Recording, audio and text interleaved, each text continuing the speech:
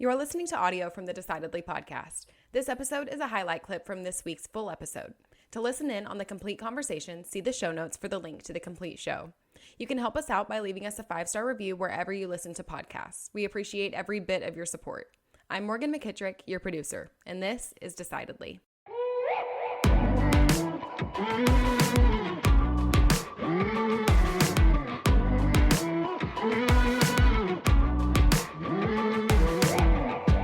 Can I take you back to something? When I look at the decisions that were made throughout COVID, 2 weeks to flatten the curve, wear a mask, don't wear a mask, shut this down, everybody needs to get vaxxed. If I give everybody the benefit of the doubt, I come down on the side, I know you don't, but I come down on the side that it was risk assessment, that what politicians are doing different from what my physician is doing is those were not medical-based decisions. Those were control-based decisions. Those were risk assessment decisions. And to say, all right, if we just make everybody get this, then it's easier to, maybe it's not safe and maybe we lose some folks along the way, but the net effect is we save more folks than we lose. Is that a fair assessment, or do you think there was... I'm not willing to say there was something more sinister involved. Maybe you are. I don't know. But what's your take on that? That would be a perfect scenario for communist China or Venezuela or the Soviet Union or Russia or Cuba. That's what they do there. We're not supposed to do that here. The government is not supposed to tell us what to do. The government is supposed to be limited. We are a self-governing people. We have gone. I agree with you. I'm not saying that was right. I'm saying that might have been their mentality. Yeah, but see, this is where I get frustrated with your point of view, because you're like, oh, but give them the benefit of the no, you're not supposed to. It's like, right. Okay, not everybody's freedom loving. Get out. Half the country isn't. You got to understand that. Get out. No, they're going to get out. I'm saying half the people don't come from that mindset. You can't violate the foundational principle of our country. I agree with that. And then ask me to give you the benefit of the doubt. No, I'm saying that's where they come from. Now, I'm saying that anyone who recommended the vaccine, give them the benefit of the doubt.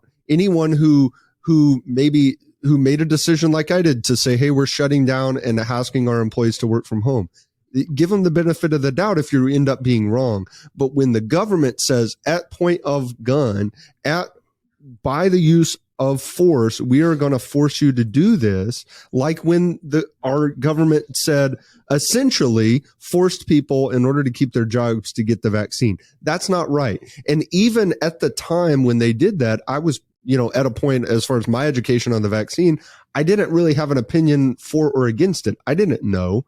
But I said, you can't force people to make a decision and weigh a medical choice versus their livelihood. That's not right. No matter if it's the right medical choice. And that's what they were doing, saying, okay, well, any, company over 100 employees is going to have to, you're going to have to require vaccinations.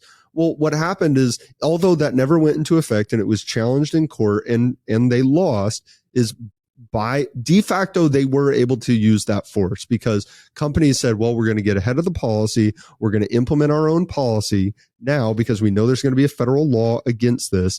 And so employees took the vaccine and they didn't want to. These people didn't want to do it, but they had to make a decision and say, am I going to make my wife and children homeless because I can't get a job?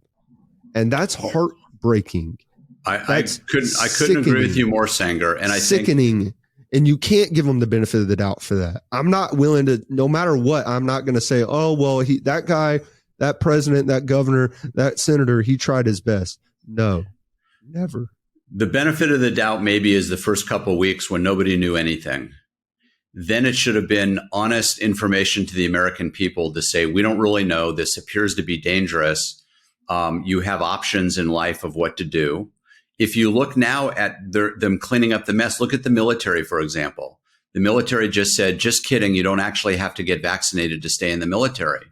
Well, what about the thousands and thousands of people? You already did it. That were discharged. You've already made a career decision. That made a career decision and either left the military or got vaccinated. What about them? Are they going to compensate them? Are they going to reinstate them to the military? Are they going to give them back pay? I don't know what they're going to do. I'm surprised they let them honorably discharge at the rate that things were going and how forceful that they were being with everything else. I was fully expecting them to say dishonorable discharge if you don't get it. And now the military, I'm a little less passionate about waving my finger at, because when you join the military, it's understood, hey, I'm not an individual anymore. I'm a unit of this machine. But for private citizens, although I still don't think they should have recommended it, but private citizens to say, you can't keep your job anymore. They didn't recommend it. They mandated it. That's what I'm saying. They mandated it. I don't think they should have mandated it, period. But I'll give people the benefit of the doubt for recommending it. I'll give people the benefit of the doubt for getting it. I'll give people the benefit of the doubt for the decisions that they made that affected themselves. I'll even give people the benefit of the doubt for saying, oh, hey, I'm going to skip that. I'm going to skip your wedding because I'm scared of getting COVID, or I'm going to ask that you wear a mask when you come into my house to visit. I'll give all those people the benefit of the doubt. I will never, ever give benefit of the doubt to people who said, we're willing to throw you in jail. No, clearly that didn't make any sense. Here's where I'm coming from, is that if I'm in charge, and heaven forbid, if I was in charge and you look at the vaccine and it works as advertised, meaning you take it, you can't get it, you take it, you can't transmit it, then that's a personal decision, and whoever wants to get it can get it, and every man for himself. Once you take it, you've protected yourself, and you can make that decision, protect yourself or not protect yourself. But if once I've taken it, I'm not infecting you, I'm not a danger to you. Okay. That's what they said. Fair enough. That's what they said. Now that proved to not be true. Here's where I'm coming from is, do you think their motivation in those decisions, nobody comes out and says, I hate freedom. I don't want freedom. I want to just be controlled. Or do you think their position was, hey, we think we're saving lives? It doesn't matter. That was what they what did. It is. It's like how when we talk about aligning your decisions and your actions with your values, vague values, single word values nobody ever rejects. Nobody ever says I'm against freedom. Nobody ever says I'm against security. Nobody ever says I don't have integrity. They simply define it differently than you. So if you have somebody in your life, your friend, an employee who does not have integrity, they will never tell you that they don't have integrity. They will never tell you that they don't care about integrity, but they'll go back on their word.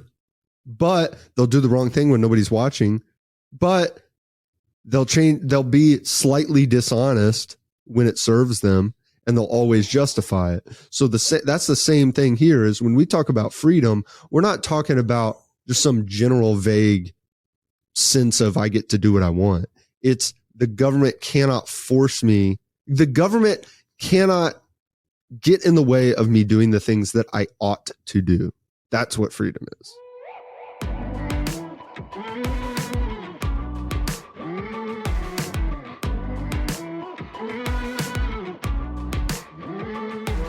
Thanks for making the great decision to listen in to this week's episode highlight. If you want more of what you just heard, see the show notes for the full episode. As always, for the latest decision-making tips, find us on decidedlypodcast.com or on Instagram @decidedlypodcast. And be sure to sign up for our weekly newsletter from the link in the show notes. Don't forget to leave us a 5-star review as well. We read all of your comments, so if you learned some decision-making tips today, let us know. Until next time, this is Decidedly.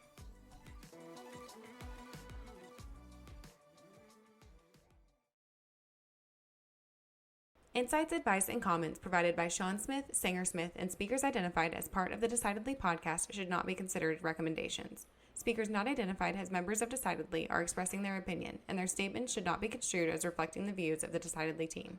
This podcast is produced solely for informational purposes, not personalized advice.